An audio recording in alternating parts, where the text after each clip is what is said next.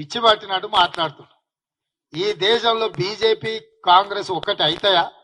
ఎవడన్నా తలుండేవాడు కానీ మతుండేవాడు కానీ మాట్లాడే మాటలేనా?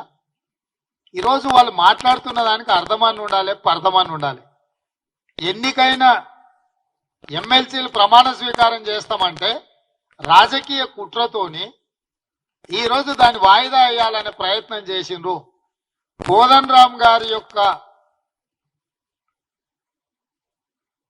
ఏమంటారు, ఆయనకున్న గొప్పతనము ఒకరు చెప్పాలనా? తెలంగాణ సమాజము, తెలంగాణ రాష్ట్రంలో కోదండ రామ్ గారి యొక్క పాత్రను బీఆర్ఎస్ వాళ్ళు ప్రశ్నిస్తున్నారంటేనే వాళ్ళ భావదారిద్ర్యాన్ని అర్థం చేసుకోవాలి.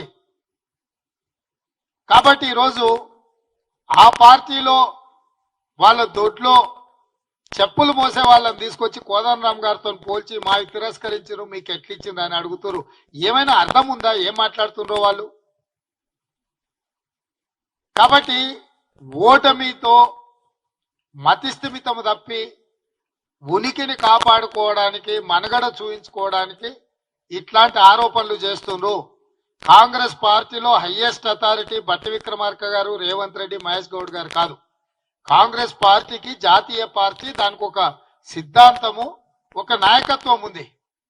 సిద్ధాంతపరంగా పూర్తిగా భారతీయ జనతా పార్టీ మీద పోరాటం చేస్తున్నదే కాంగ్రెస్ పార్టీ.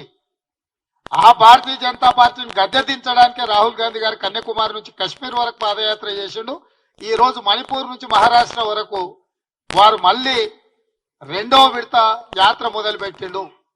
అట్లాంటి పార్టీ చిత్తశుద్ధినే శంకిస్తుండ్రు అని అంటే కేటీఆర్ యొక్క ఆలోచన, అతని అవగాహన, అతని యొక్క విధానం అర్థం చేసుకోండి. కాబట్టి అట్లాంటి పిచ్చి మాటల గురించి మనం పెద్ద చర్చించుకోవడం వల్ల ప్రయోజనం లేదు.